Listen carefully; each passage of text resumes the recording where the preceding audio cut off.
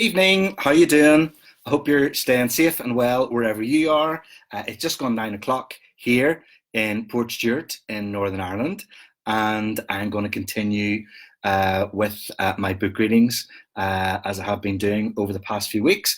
And at the minute, I'm busy reading various chapters from Breadboy, and tonight I'm reading from chapter 5 of Breadboy. And chapter 5 of Breadboy is entitled Parallel Universes. So I hope you enjoy this, and I'll stop in the way through and say hello to a few people as we go along. Parallel Universes. I was a Jedi Knight, so I was. I finally got to see Star Wars, the greatest movie of all time. When I sat down on the greasy red velvet tip-down seat that fateful night in the ABC cinema, I was unprepared for the magnitude of the thrill that ensued. I had never before seen anything so completely astonishing. It felt like you were right there on the spaceships with Luke Skywalker, Han Solo, Princess Leia, and the big hairy thing that honked. I could detect no strings holding up any of the spaceships, none of the walls wobbled, and the monsters weren't just men in rubber suits. In fact, Star Wars was barely a proper science fiction movie at all. It made Doctor Who look wick. Luke's spaceship travelled so fast and so realistically that I kept ducking down in my seat in case I crashed into the side of the Death Star. It was like being on the roller coaster at Barry's Amusements on the Bangor Pier, surrounded by alien enemies instead of hostile skinheads. I became obsessed with Star Wars in an instant. I wanted to acquire my very own lightsaber. I planned to hide the space-age weapon behind the Vita loaves in the mini shop. If there were any attempted hijackings, I would extract it and protect Leslie from all the wee hoods. I imagined having my own R2-D2 and a posh English C3PO robot to walk beside me and help me to carry all the extra loaves to the Rossbottoms house in the estate.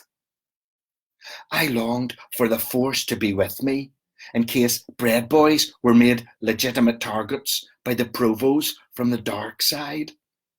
I began dreaming more about Star Wars than Olivia Newton-John and Wonder Woman put together.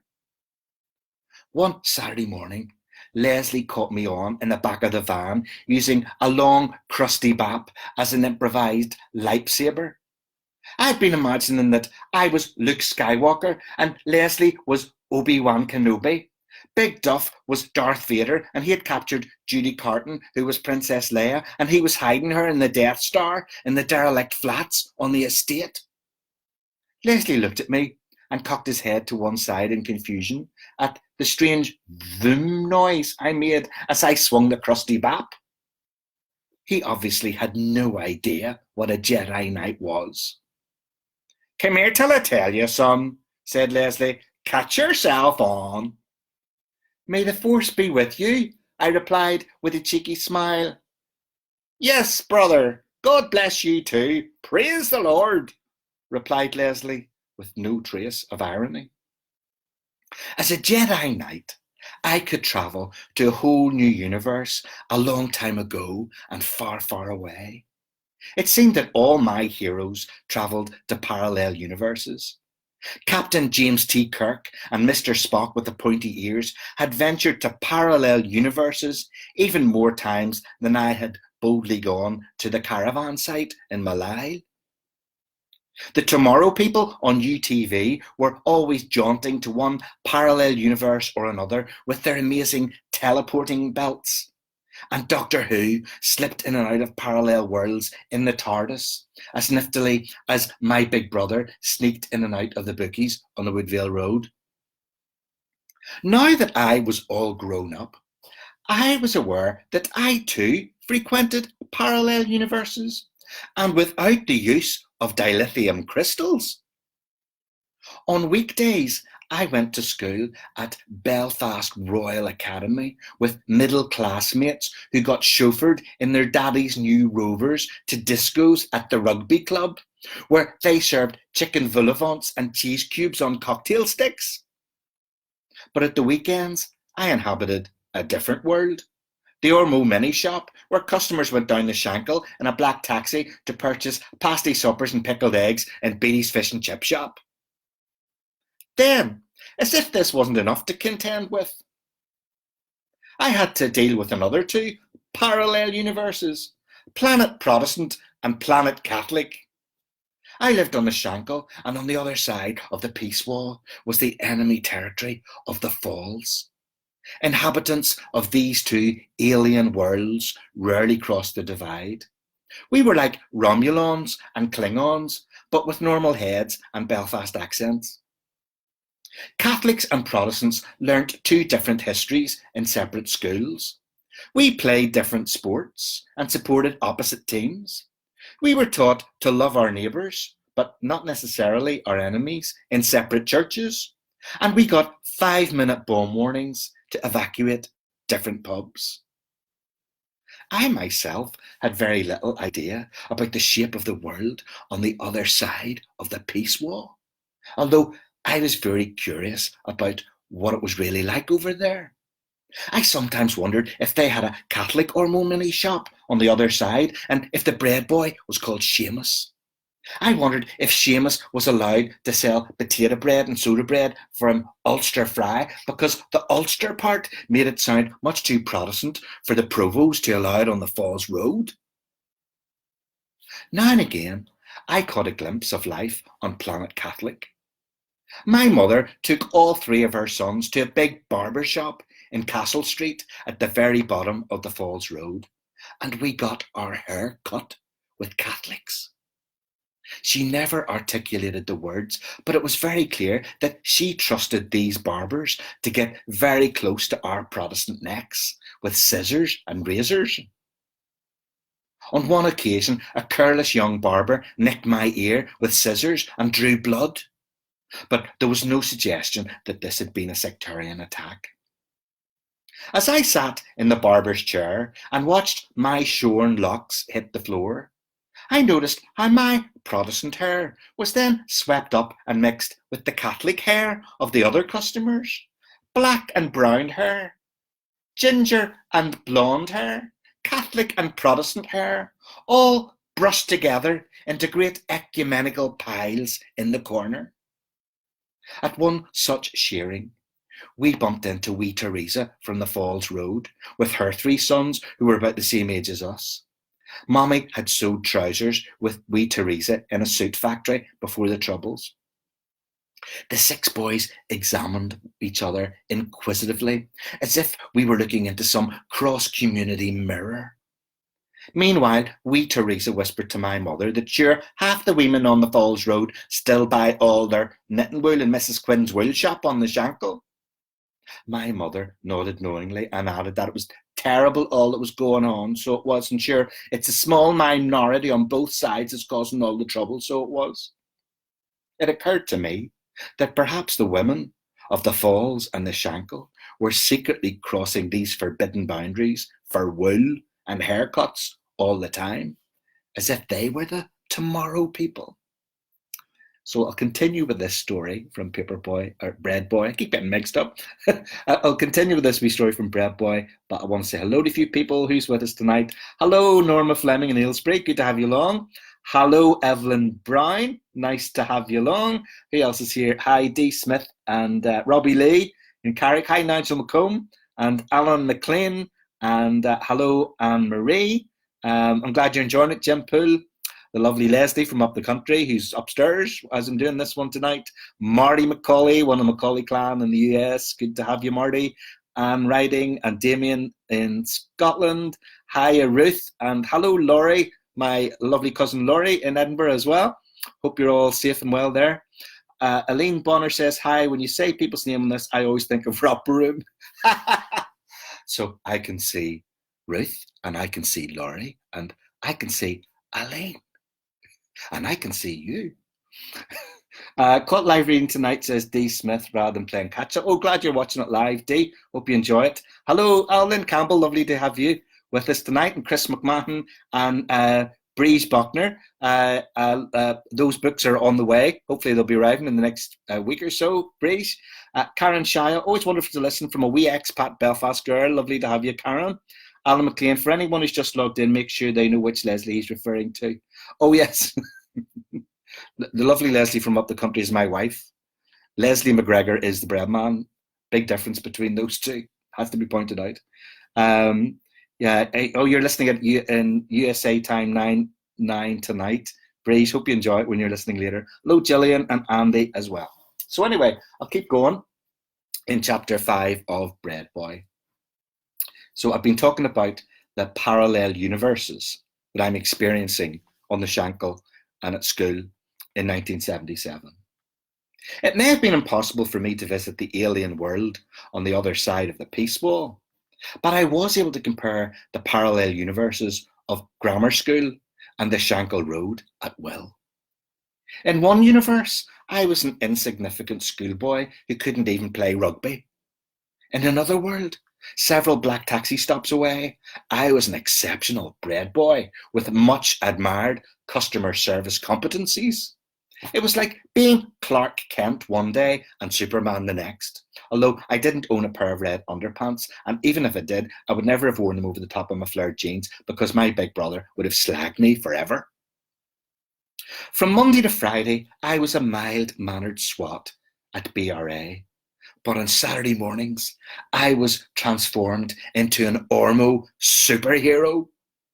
One minute I was at grammar school with middle-class kids who loved rugby and learned classical piano.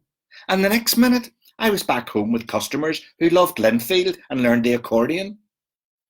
When the BRA Rugger boys beat Methody in the school's cup, they crowed, "Hooray! We were bloody amazing!" When Rangers beat Celtic, we hoods in the Shankill yelled, "Yo, we beat the Tigs!" Most of the children at my primary school had failed the 11 plus or didn't bother with it because grammar schools weren't really for us. Most kids just went to the secondary school round the corner, although quite a few didn't actually go there either, as Mitchin was very popular. It was rumoured that the boys' secondary school had the highest level of truancy in Europe. It was as if they had won the Eurovision Mitchin contest. There had never been a grammar school around the corner on the Shankill, but no one seemed to mind. In spite of all the requisite sacrifices, my parents were determined that their 3 sons would go to a grammar school no matter what. It was more important than new carpets or a holiday to a swimming pool in Torremolinos. In fact, I had never seen my parents more determined about anything.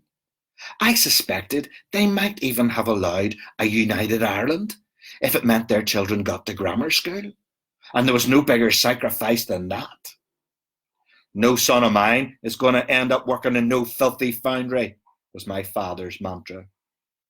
I began to appreciate that Dad was prepared to work in a filthy foundry so that he could afford to buy his sons grammar school blazers every year.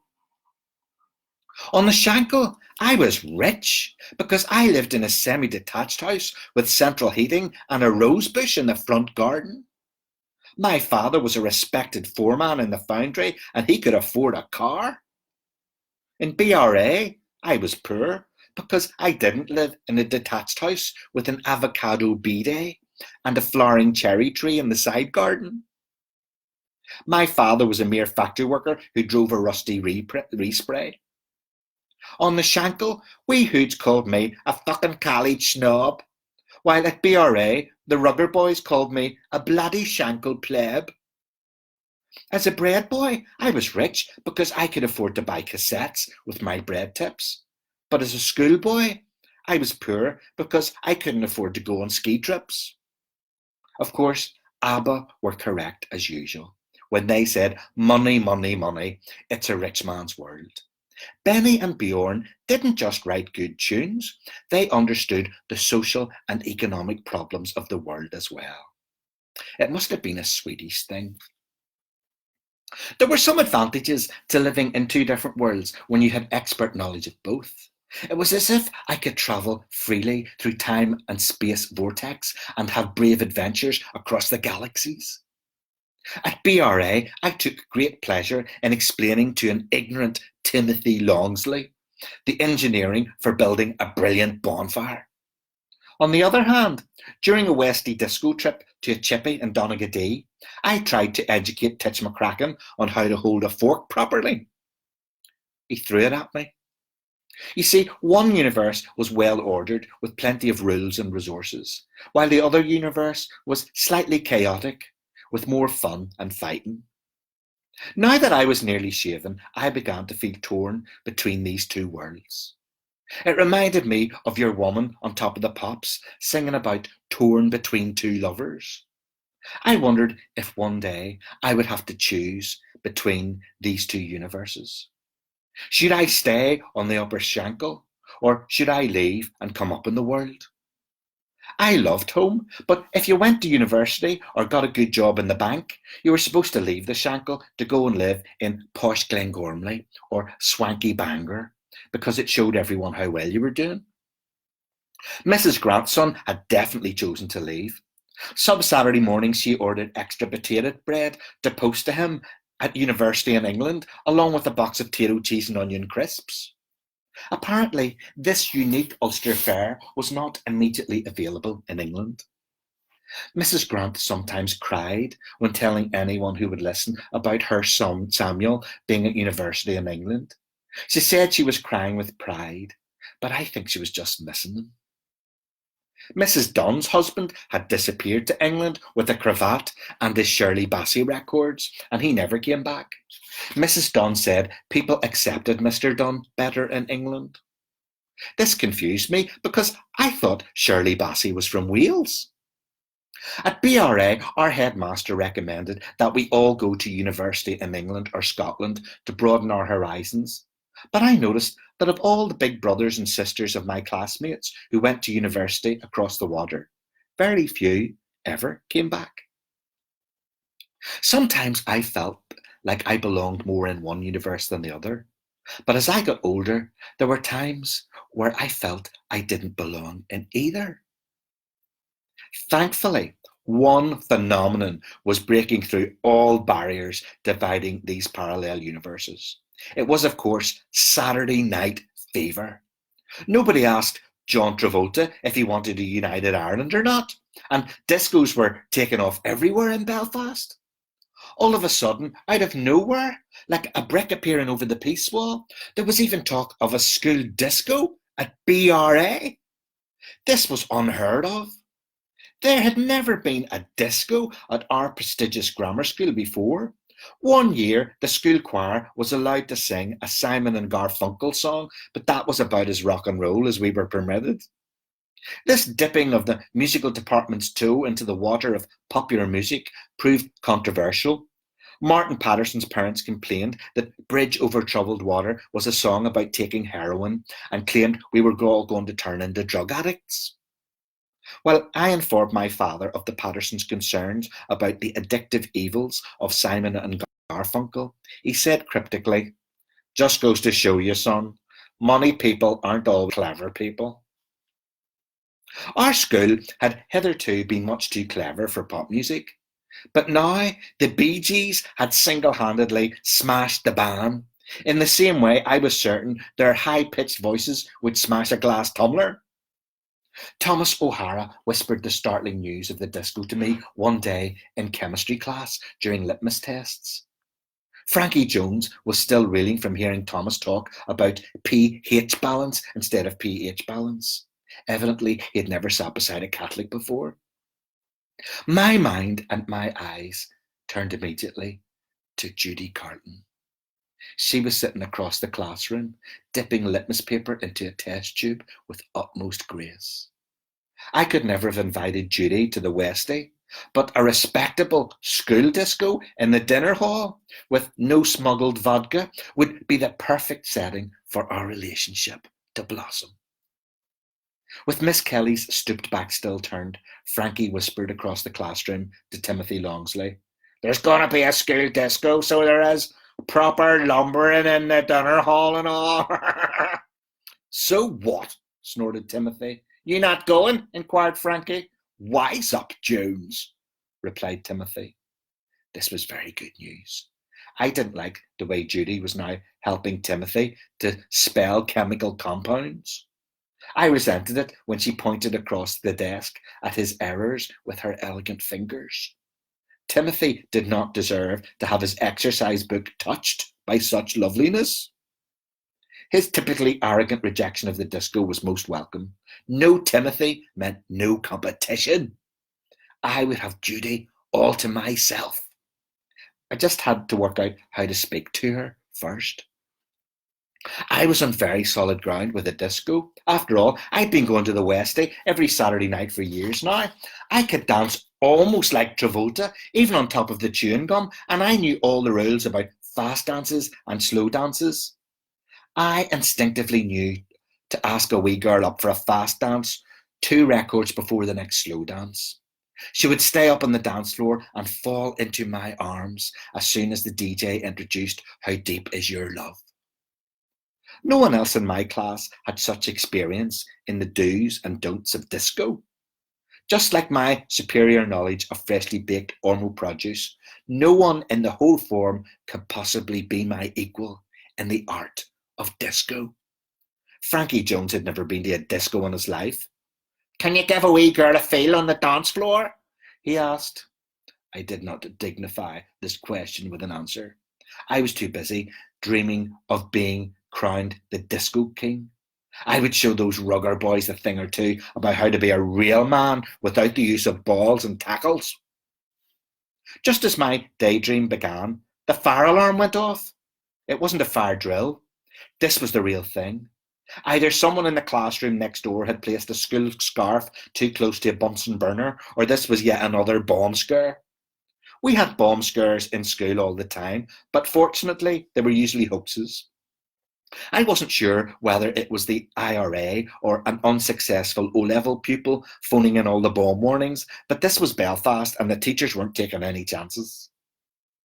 Everyone knew the drill. We had to leave everything immediately and proceed briskly, as the headmaster always said, to the evacuation point in the playground. Miss Kelly halted mid-formula, dropped her chalk and immediately opened the classroom door. We quickly formed an orderly line in pairs and began to file out of the classroom. I always had a surge of excitement and genuine fear during a school bomb scare. When we reached the bottom of the staircase, the headmaster ushered us along. "Briskly, boys, briskly!" As we gathered in our appointed space in the playground, I felt sorry for the freezing fourth formers who had been evacuated from PE in their shorts. I was also concerned for Thomas O'Hara, who was very anxious about the expensive new electric calculator he had just been given for his birthday. This technological instrument was a marvel. When you put in the right numbers, it said hello upside down, or hell when Frankie Jones borrowed it. Thomas was afraid that someone was going to sneak into the empty classroom and steal his calculator. "If someone nicks my Casio, my dad'll kill me," he whimpered. The next stage in the traditional bomb scare was to administer a roll call to make sure nobody was left behind in a toilet or a domestic science storeroom. Miss Kelly began calling out the roll, and to my immense relief, when she got to the C's, it was clear that Judy Carton was safe. When Judy answered, "Present, miss," in her sweet voice, I turned around and found she was standing right behind me. Frankie Jones noticed too and gave me an exaggerated dig in the ribs. This was my chance. There was a school disco next week, and thanks to the good offices of a terrorist, I was standing right beside Judy. What would I say? How would I ask her? I blushed and started to panic. If only I had splashed on some denim that morning. "Come on, you fruit," said Frankie, before becoming completely distracted by the girls in the PE class shivering in their gym slips on the other side of the playground. "Hiya, Judy," I said shyly. "Hiya, Tommy," said Julie. "It's Tony," I gently corrected.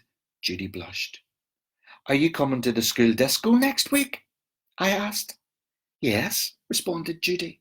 Then she smiled. I couldn't believe it. Judy had said yes to me. Back to class now, briskly, interrupted the headmaster, signalling the end of the hoax. As the bomb scare ended and Miss Kelly began to shoo us back up to chemistry, I was floating on air. It was clear from her smile that Judy had accepted my invitation to come to the school disco with me. She had agreed to go on our first date. As Judy returned to the classroom in front of me, I imagined slow dancing with her to the sound of the Bee Gees singing Too Much Heaven. You'll never guess what you missed when you were perving at them wee girls, Frankie, I said proudly. Wah, said Frankie, still preoccupied and now fiddling in his pockets with both hands. I asked Judy to go with me to the school disco, and she said yes, I boasted. Wise up, wee lad. No way, he exclaimed, plainly impressed. As we returned to the classroom, I had to pass Judy's desk en route to my interrupted litmus test. See you at the disco, I said. Strangely, Judy did not reply, and I assumed she was just very committed to completing her chemistry experiment before break time. But I was too delighted to fret. My new girlfriend was going to a disco with me next week for the first time. This was more exciting than my plans to go and see Saturday Night Fever. This was better than a 50p tip from Miss Adams on a Saturday morning. This was more significant than any parallel universe. It was almost as thrilling as driving the Millennium Falcon with Luke Skywalker and Han Solo into the heart of the Death Star to destroy the Galactic Empire's ultimate weapon. It was clear that Judy Carton desired me. This would be the beginning of a beautiful relationship. I was landed, so I was. So there you are. That's chapter 5 of Breadboy. Thanks very much for joining me this evening. Glad you're enjoying it, Andy Thompson. Good evening, Anne Kirk. Hi, Ian Parsley. Good to have you along. And Lim Hamilton. Hi, Michael McKinley Sr. Hi, Jane and Philip, Alan and Jason. Good to have you. Sammy Ali. Oh, a BRA old boy. I'm sure you remember some of those bomb scares. Sammy, you might even have been in that chemistry class. Trying to remember. And Davy Calder. Hi from the Calders in Belfast. Glad you're listening every night, Davy. It's beautiful there, says Mark McCauley. Hope you're having a good day there. Hi, Sadie and Mark Burgess. I'm glad you're enjoying it, Sadie. Hi, Brian Smith and Kelly O'Shea. Hi, Fiona Hawkins. Fiona, I think you may remember those chemistry classes very well. And Lynn Bryan and Mike Moran. Hello, Jim Livingstone and Dorothy Beatty and Bangor. I'm glad you enjoyed it, Nigel and Evelyn. So lovely to have you all listening to Chapter 5. I'll be back same time tomorrow night, and I'll continue with Chapter 6 of Breadboy. In the meantime, stay home, stay well, and stay positive.